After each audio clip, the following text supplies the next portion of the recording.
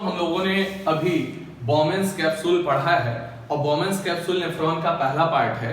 तो बोमेंस कैप्सूल का urine formation में क्या रोल होता है वो भी पैरेलली हम लोग पढ़ते चलते हैं। तो सबसे पहले अगर बोला जाए तो यहाँ पर double walled cup shape structure आपने बोमेंस कैप्सूल का पढ़ा था। यहाँ पर आपने कहा था कि रीनल आर्टरी की एक ब्रांच जो आएगी वो होगी अफरेंट आर्ट्रियोल और जो इससे बाहर जाएगी जिसका डायमीटर कम होगा वो होगी इफरेंट आर्ट्रियोल। और यहां पर बनेगा टफ्ट या बंच ऑफ कैपिलरी जिसे हम बोला करेंगे ग्लोमेरुलस, इसे हम बोलेंगे ग्लोमेरुलस। तो आखिरकार जब यहां से ब्लड की एंट्री हुई और वो भी ऑक्सीजनेटेड ब्लड की, तो आप बताओ यहां से भी जो निकलेगा वो निकलेगा ऑक्सीजनेटेड ब्लड। तो आप बताओ यहां पर ये हाई प्रेशर कैपिलरी जोन है या नहीं है? हाई प्रेशर कैपिलरी जोन बताया है बोमेंस कैप्सूल में। तो यहां प्रेशर जब लगेगा तो ये फिल्ट्रेशन होगा और फिल्ट्रेशन होगा स्लिट पोर से और इन बिटवीन द पोडोसाइट से। और यहां पर जो मटेरियल आएगा वो मटेरियल कहलाएगा G.F मतलब ग्लोमेरुलर फिल्ट्रेट। मतलब जो ब्लड आ रहा है वो ग्लोमेरुलस में हाई प्रेशर की वजह से due to the difference in the diameter of efferent and afferent arteriole यहां capsular space of Bowman's capsule में छनता है। और जब ये कैप्सूलर स्पेस में छन के आ जाता है तो इसे हम ग्लोमेरुलर फिल्ट्रेट नाम दे देते हैं। तो हमने कहा पहला कि ग्लोमेरुलर फिल्ट्रेट जो है वो होता क्या है, तो यहां पर बोला गया प्रोटीन लेस प्लाज्मा होता है। तो बच्चों याद रखिए यहां पर बिल्कुल भी प्रोटीन तो पाई ही नहीं जाएगी क्योंकि वो नीचे छन के आ नहीं पाएगी। साथ ही अगर बोला जाए तो यहां पर कार्बोहाइड्रेट में पॉलीसेकेराइड्स भी कभी भी पॉसिबल नहीं होंगे, पॉलीसेकेराइड भी नहीं आ पाएंगे। फैट या लिपिड भी कभी पॉसिबल नहीं होगा। आरबीसी और डब्ल्यूबीसी और प्लेटलेट्स भी नहीं नजर आएंगी। ठीक है, ये मैंने पहले बता रखा है आपको। तो ग्लोमेरुलर फिल्ट्रेट क्या होता है कि ब्लड जब अफरेंट आर्ट्रियोल से ग्लोमेरुलस में जाता है तो डायमीटर के डिफरेंट होने की वजह से यहाँ एक प्रेशर बनता है जिस प्रेशर की वजह से यहाँ ब्लड छनता है और ब्लड छन के कैप्सूलर स्पेस में जो बनता है that is called glomerular filtrate, जिसमें कभी भी प्रोटीन नहीं होगी, कार्बोहाइड्रेट नहीं होगा, फैट लिपिड नहीं होगा, आरबीसी डब्ल्यूबीसी और प्लेटलेट्स नहीं पाई जाती है। इसीलिए इसे हम लोग नाम देते हैं बेटा प्रोटीन लेस प्लाज्मा। मतलब प्लाज्मा छनेगा, ब्लड आएगा, उसका प्लाज्मा वाला पार्ट छनेगा और बाकी चीजें ब्लड में ही रह जाती हैं। हाँ, इसके अंदर आपको क्या क्या मिल सकता है आप बताइए? क्या ग्लूकोज मिल सकता है क्या? हाँ, अगर गलती से ये छन सकता है क्योंकि ग्लूकोज मोनोसेकेराइड है। क्या एमिनो एसिड मिल सकता है? श्योर मिल सकता है और मिलता भी है। क्या और विटामिन और न्यूट्रिएंट्स मिल सकते हैं? श्योर मिलेंगे, विटामिन होंगे, न्यूट्रिएंट्स होंगे, वाटर होगा, इलेक्ट्रोलाइट्स होंगे, ये सब के सब यहाँ पाए जाएंगे जो जरूरी हैं और गलती से छन गए हैं। ये इसेंशियल हैं पर गलती से छन गए हैं। हम इनको ब्लड में रखना चाहते थे लेकिन प्रेशर इतना ज्यादा था कि ये यहाँ गए हैं। अब हमें दोबारा इनको ग्लोमेरुलर फिल्ट्रेट से खींच के ब्लड में ले जाना पड़ेगा, that is called the reabsorption. तो यहाँ पर तीन वर्ड मैं आपको समझाता हूं बेटा, एक है एब्जॉर्प्शन, एक है रीएब्जॉर्प्शन और एक है रीसॉर्प्शन। जल्दी से सुन लीजिएगा, यहाँ पर अगर आप कोई चीज खाने के तौर पे खा रहे हैं और बॉडी में कोई भी चीज फर्स्ट टाइम आपके ब्लड में इंटर कर रही है, जैसे खाने के थ्रू अगर आप कैल्शियम ले रहे हैं तो वो खाना जा रहा है, डाइजेस्ट हो रहा है और फिर एब्जॉर्ब हो रहा है ब्लड में, और वो पहली बार कैल्शियम, पहली बार पोटेशियम, जो भी सब्सटेंस है खाने के थ्रू, डाइट के थ्रू, डाइजेशन के बाद आपके ब्लड में पहली बार जाए, वो क्या कहलाता है? एब्जॉर्प्शन। मतलब एलिमेंट्री कैनाल में डाइजेशन के कंप्लीट होने के बाद जो ब्लड में पहली बार जब कोई चीज आती है तो that is called the absorption. लेकिन वही ब्लड जब आए किडनी में छनने के लिए, यूरिन बनाने के लिए, और यहां पर वो जरूरी चीजें भी गलती से छन जाएं, तो हमें ग्लोमेरुलर फिल्ट्रेट से आगे चल के यूरिन बनाना है, तो यूरिन में प्रेजेंट इसेंशियल सब्सटेंस तो नहीं हो सकते, तो हमें ग्लोमेरुलर फिल्ट्रेट से यूरिन बनने से पहले ही इससे इसेंशियल या जरूरी चीजों को हमें ब्लड में दोबारा से लौटा लेना पड़ेगा। तो दोबारा से ले आना मतलब क्या है? रीअब्जॉर्प्शन। यहां गलती से छन गया, उसे दोबारा ब्लड में लाना है, रीअब्जॉर्प्शन। और अगर बोन्स का डिसोल्यूशन हो या डीमिनरलाइजेशन हो तो उसे बोलते हैं बच्चों क्या? रीसॉर्प्शन। तो तीनों वर्ड, ब्लड में अगर कोई चीज पहली बार आए तो एब्जॉर्प्शन, अगर गलती से छन जाए दोबारा ले आए तो रीअब्जॉर्प्शन, और अगर बोन्स का लगातार डिमिनरलाइजेशन या डिसोल्यूशन हो तो उसे हम लोग क्या बोलते हैं बच्चों? रीसॉर्प्शन। तो तीनों वर्ड क्लियर रखिएगा। हमने ये कहा कि अब यहां ग्लोमेरुलर फिल्ट्रेट आ गया, तो इस फिल्ट्रेशन के लिए रिस्पॉन्सिबल कौन कौन है और इस फिल्ट्रेशन को हम लोग क्या नाम देते हैं बच्चों? तो आप जानते हैं ये फिल्ट्रेशन बहुत ही फाइन पोर से हो रहा है, so that is the ultra filtration. तो यहां पर ultra filtration is the first step of urine formation. सुनिएगा, first step of urine formation. मैंने आपको नेफ्रॉन का बोमेंस कैप्सूल पढ़ा दिया, अब इसका काम यूरिन फॉर्मेशन में पढ़ा दें, फिर अगला पार्ट पढ़ाएं, फिर उसका काम समझा दें, तो नेफ्रॉन का स्ट्रक्चर भी चलता रहे पैरेलली, और साथ में उतने पार्ट का क्या फंक्शन है ये भी आपको समझ में आता रहे। तो first step of urine formation कौन होगा? अल्ट्रा फिल्ट्रेशन, पहला। नेक्स्ट पार्ट बताइए कि यहां पर क्या कोई एक्टिव पार्ट हो रहा है क्या? एक्टिवली ये छन रहा है क्या? नहीं, प्रेशर से छन रहा है, तो अल्ट्रा फिल्ट्रेशन क्या होगा? पैसिव। दूसरा, क्या ये सेलेक्ट करके चीजों को भेज रहा है? नहीं, जो पोर की साइज से छोटी चीजें हैं वो नीचे आ जा रही है, मतलब सेलेक्टिव है या नॉन सेलेक्टिव है? नॉन सेलेक्टिव होता है। और कैप्सुलर स्पेस में जो आ जाता है छन के, उसे ही ग्लोमेरुलर फिल्ट्रेट कहते हैं। अब सवाल ये है कि यहां पर कॉज ऑफ अल्ट्रा फिल्ट्रेशन क्या है? कॉज क्या है? Due to the variable diameter, afferent arteriole का डायमीटर एफरेंट से ज्यादा होने की वजह से ऐसा हो रहा है। तो इसकी वजह से यहां पर प्रेशर कौन कौन से लग रहे हैं? क्योंकि प्रेशर तो लग रहा है तभी छन रहा है, तो बच्चों यहां पर प्रेशर कौन सा लग रहा है वो जरा ध्यान से देखिएगा। पहला जो प्रेशर होता है उसे हम लोग बोलते हैं glomerular hydrostatic pressure. Glomerular hydrostatic pressure, ये हो गया। नेक्स्ट दूसरा जो आता है वो आता है बीसीओपी। बीसीओपी मतलब ब्लड के अंदर प्रेजेंट कोलोइडल पार्ट जो है, blood colloidal osmotic pressure, blood colloidal osmotic pressure. और तीसरा जो आता है वो बोमेंस कैप्सूल के द्वारा लगाया जाता है, कैप्सूलर हाइड्रोस्टैटिक प्रेशर। तो आप बताओ, इसे हम लोग जनरली क्या बोल देते हैं? ग्लोमेरुलर हाइड्रोस्टैटिक प्रेशर, GHP, या फिर ग्लोमेरुलर फिल्ट्रेशन प्रेशर, GFP। और इसे हम लोग शॉर्ट में क्या बोलते हैं बच्चों? BCOP। और इसे हम लोग क्या बोलते हैं? कैप्सुलर हाइड्रोस्टैटिक प्रेशर को CHP। तो फटाफट आप बताएं, यहाँ 3 प्रेशर हैं और ओवरऑल हमें फिल्ट्रेशन कहाँ चाहिए? डाउनवर्ड। तो आपको यहाँ पर ये जो प्रेशर नजर आता है बेटा, ये तो डाउनवर्ड लगता है, और ये जो है अपवर्ड, और ये जो है अपवर्ड। तो ये डाउनवर्ड लगेगा और ये दोनों अपवर्ड लगेंगे। तो क्या मैं कह सकता हूं क्या ये बात कि यहाँ पर सेकंड नंबर और थर्ड नंबर का जो प्रेशर है वो छनने का अपोज करेगा? तो क्या हम नेट अपोजिंग प्रेशर बोल सकते हैं क्या? बिल्कुल, ये बीएचयू में सवाल पूछा गया बच्चों। तो नेट अपोजिंग प्रेशर भी बोला जा सकता है इन दोनों को, मतलब बीसीओपी और सीएचपी क्या है? ये नेट अपोजिंग प्रेशर होते हैं, ठीक है।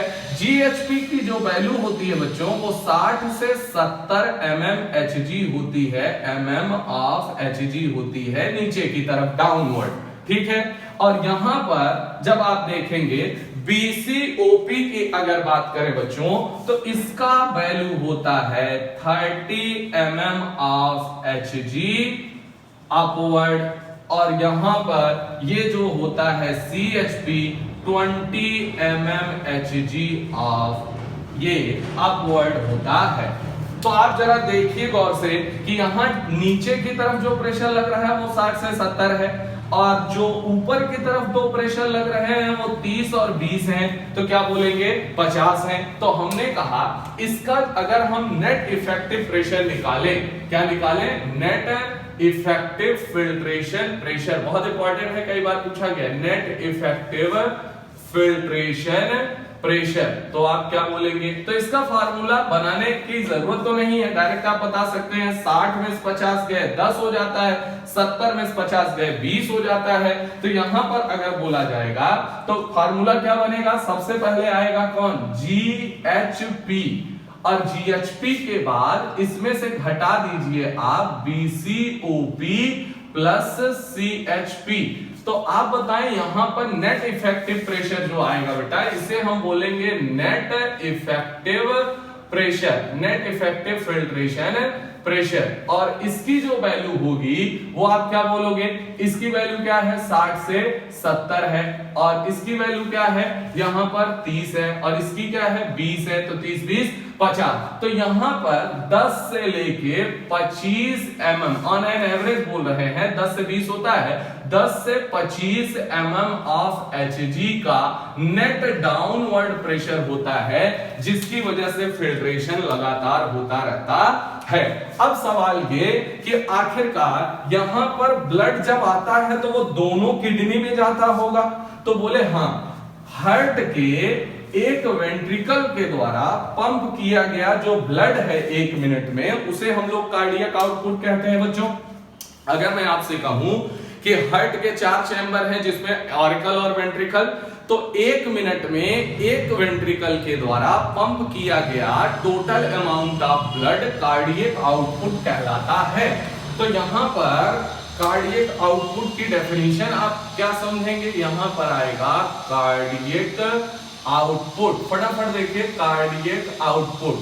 कार्डियक आउटपुट का मतलब blood pumped by each ventricle, blood pumped by each ventricle in a minute, in a minute, 1 minute में एक वेंट्रिकल के द्वारा पंप किया गया ब्लड, और ये होता है टोटल अमाउंट बच्चों 5000 ml या फिर 5 लीटर। और जब ब्लड यहां से चलेगा तो पूरी बॉडी में जाएगा, इसी का डिस्ट्रीब्यूशन पूरी बॉडी में ब्लड का होगा, तो किडनी के पास भी आएगा। तो बच्चों इसका 1/5 पार्ट, कितना 1/5, जो कि मैक्सिमम पार्ट है, ये आ जाता है किसके हिस्से में, किडनी के हिस्से में आ जाता है, मतलब किडनीज को मिल जाता है। और वो अमाउंट जो होता है 1100 से 1200, 1100 से 1200 ml, 1100 से 1200 ml किडनीज को मिल जाता है, जो कि 1/5 पार्ट है, मैक्सिमम पार्ट है। और ये 1100 से 1200 ml जो है बच्चों, अगर आप देखो तो 5000 के ज्यादातर हिस्सा आपके पास 1/5वां हिस्सा कहां गया, किडनी के पास। मैंने यहां लिखा किडनीज, तो ध्यान रखिएगा दोनों किडनी को मिलेगा। तो आप बताओ किडनी के अंदर यही ब्लड तो जाएगा, इसीलिए इस अमाउंट को बोलते हैं बेटा RBF, और R का मतलब होता है किडनी रीनल, B का मतलब होता है बच्चों ब्लड, F का मतलब होता है फ्लो, रीनल ब्लड फ्लो। दोनों किडनी के अंदर कार्डियक आउटपुट का जितना पार्ट जाता है वही कहलाता है रीनल ब्लड फ्लो।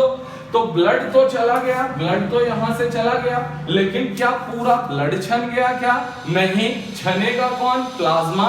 अगर मैं आपसे कहूं कि इसी का किडनी के अंदर इसी 1100 से 1200 ml का कितना परसेंट, तो आप कहेंगे सर प्लाज्मा तो 50 से 55% ब्लड का पार्ट होती है, तो हम यहां पर कहेंगे कि 50 से 55 और 55% के लगभग 50 से 55% ऑफ RBF, जो कि होता है बच्चों 650 से 700 ml, 650 से 700 ml, ये जो है प्लाज्मा यहां पर छनने के लिए इतना पार्ट के दोनों किडनी में आया, 650 से 700 ml, और इसे बोलते हैं रीनल प्लाज्मा फ्लो, आरपीएफ। तो इसे आर का मतलब रीनल, पी का मतलब प्लाज्मा और एफ का मतलब फ्लो, तो रीनल प्लाज्मा फ्लो। तो हम ये कह सकते हैं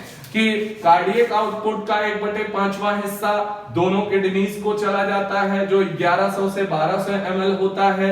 तो आप बताओ बच्चों, 1 मिनट में दोनों किडनी को जाने वाला ब्लड का जो अमाउंट है वही रीनल ब्लड फ्लो कहलाएगा। और 1 मिनट के अंदर दोनों किडनी के अंदर जितना अमाउंट ऑफ प्लाज्मा जाएगा, और वो प्लाज्मा कितना होगा, 50 से 55% ऑफ आरबीएफ, तो वही कहलाए दोनों किडनी के अंदर 1 मिनट में जितना ब्लड जाएगा वो तो रीनल ब्लड फ्लो, उसका 55% 50% क्या होगा, प्लाज्मा। तो दोनों किडनी के अंदर 1 मिनट में जो प्लाज्मा जाएगा वो होगा क्या, रीनल प्लाज्मा फ्लो।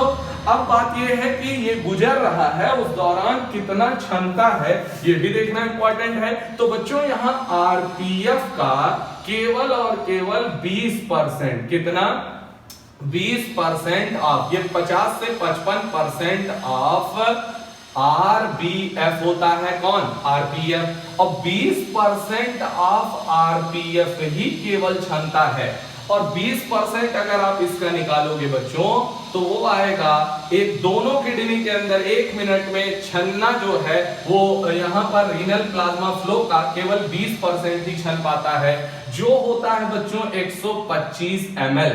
और 125 ml पर मिनट बोलते हैं, पर मिनट। यहां पर ये भी क्या आएगा, पर मिनट, यहां पर ये भी क्या आएगा, पर मिनट, क्योंकि पर मिनट ही वेंट्रिकल दे रहा है। तो हमने कहा इसे हम बोलते हैं कि यही वो अमाउंट है जो ग्लोमेरुलस के थ्रू फिल्टर हो रहा है। तो हम कहेंगे पर मिनट है तो यहां पर आएगा क्या बच्चों, रेट, और फिल्टर हो रहा है तो क्या बोलेंगे, फिल्ट्रेशन। कहां से फिल्टर हो रहा है, ग्लोमेरुलस से, तो इसे बोलेंगे ग्लोमेरुलर फिल्ट्रेशन रेट। और शॉर्ट में जो बहुत फेमस है बच्चों, जीएफआर, क्या बोलेंगे, जीएफआर। तो आप बताओ जीएफआर जो है वो कितना होता है, 125 ml पर मिनट, या फिर आप लिख सकते हैं 180 litre per day, 180 litre per day. तो हम ये कह सकते, एक बार आप अच्छे से सुन लीजिए, बस यही है पूरा का पूरा अल्ट्रा फिल्ट्रेशन। 3 प्रेशर बताया क्यों होता है, डाउनवर्ड कौन सा होता है, नेट अपोजिंग प्रेशर क्या होता है, नेट इफेक्टिव फिल्ट्रेशन प्रेशर क्या होता है, एक्टिव है कि पैसिव है, सेलेक्टिव है कि नॉन सेलेक्टिव है, कितने % क्या डिस्ट्रीब्यूशन है। तो ये आप एक बार सुन लीजिए कि कार्डियक आउटपुट का मतलब एक वेंट्रिकल के द्वारा 1 मिनट में पूरी बॉडी को पंप किया गया ब्लड ही कार्डियक आउटपुट कहलाता है, जो 5000 ml होता है या 5 लीटर होता है। ठीक, नेक्स्ट, अब इसका पूरी बॉडी पार्ट में जब जाएगा तो हमें मतलब है किडनी से, और किडनी हमारे पास 2, 1 मिनट में दोनों किडनी को मिलने वाला जो ब्लड का अमाउंट है वो कार्डियक आउटपुट का 1/5 पार्ट होता है, जो मैक्सिमम है 1100 से 1200 ml पर मिनट। तो ये ब्लड का अमाउंट दोनों किडनी में इंटर कर रहा है, मतलब रीनल ब्लड फ्लो।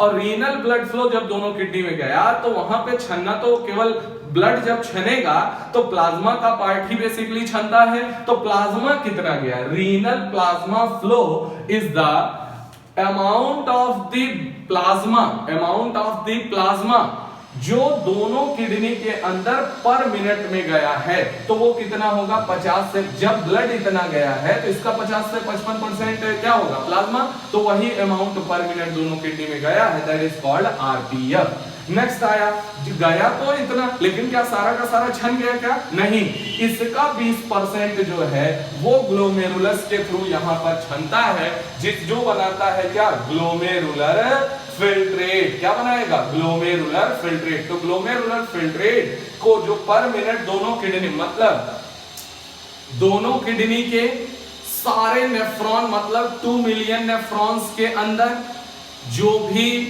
ग्लोमेरुलस के द्वारा फिल्ट्रेशन होता है वही कहलाता है जीएफआर, ग्लोमेरुलर फिल्ट्रेशन रेट। दोनों किडनी के सारे नेफ्रॉन में पर मिनट फिल्ट्रेशन होने वाला जो रेट है वही कहलाता है ग्लोमेरुलर फिल्ट्रेशन रेट, और वो पर मिनट दोनों किडनी को मिला के सारे 2 मिलियन नेफ्रॉन दोनों किडनी के मिलके 1 मिनट में 125 ml छानते हैं, और जो 180 लीटर पर डे होता है। तो बच्चों ये है पार्ट, लेकिन यहां पर कैसे डिस्ट्रीब्यूशन हुआ ये तो पता चल गया। एनसीईआरटी एक बात और देती है कि बेटा यहां पर एक आता है आरपीएफ, क्या आता है आरपीएफ, और एक आपने अभी पढ़ा है क्या जीएफआर। जीएफआर अपॉन आरपीएफ की अगर बात की जाए तो आप निकाल सकते हैं बिल्कुल। तो जीएफआर अपॉन आरपीएफ अगर होगा तो आप क्या कहेंगे, जीएफआर जो होगा वो कितना है भाई 125, और यहां आरपीएफ कितना है लगभग 650 से 700, आप 650 ले लीजिए या 700। अगर आप इसको डिवाइड करें तो आपके पास आ जाता है फिल्ट्रेशन फ्रैक्शन। क्या बोलते हैं, फिल्ट्रेशन फ्रैक्शन। तो याद रखिएगा GFR upon RPF is filtration fraction. तो बच्चों देखिए मैंने आपको नेफ्रॉन का पहला पार्ट बोमेंस कैप्सूल बताया, और नेफ्रॉन का काम होता है यूरिन फॉर्मेशन। तो बोमेंस कैप्सूल का क्या रोल है, बोमेंस कैप्सूल कैसे यूरिन फॉर्मेशन में पार्टिसिपेट करेगा, उसका काम है अल्ट्रा फिल्ट्रेशन। तो अल्ट्रा फिल्ट्रेशन कहां हो रहा है, कैसे हो रहा है, क्यों हो रहा है, और वहां कैसा डिस्ट्रीब्यूशन है, किस किस लेयर के फिल्ट्रेशन मेम्ब्रेन कौन है, फिल्ट्रेशन फ्रैक्शन कौन है, अल्ट्रा फिल्ट्रेशन की प्रोसेस बोमेंस कैप्सूल में कैसे हो रही है, और ग्लोमेरुलर फिल्ट्रेट में कौन है और कौन नहीं है, और खास बात कि बोमेंस कैप्सूल कहां पर प्रेजेंट है। तो बोमेंस कैप्सूल भी आपका पूरा स्ट्रक्चर कंप्लीट हो जाता है, और उसी के साथ अल्ट्रा फिल्ट्रेशन भी यूरिन फॉर्मेशन का पहला स्टेप भी कंप्लीट हो जाता है। तो हम लोग 2 चीजें पढ़ चुके हैं बेटा।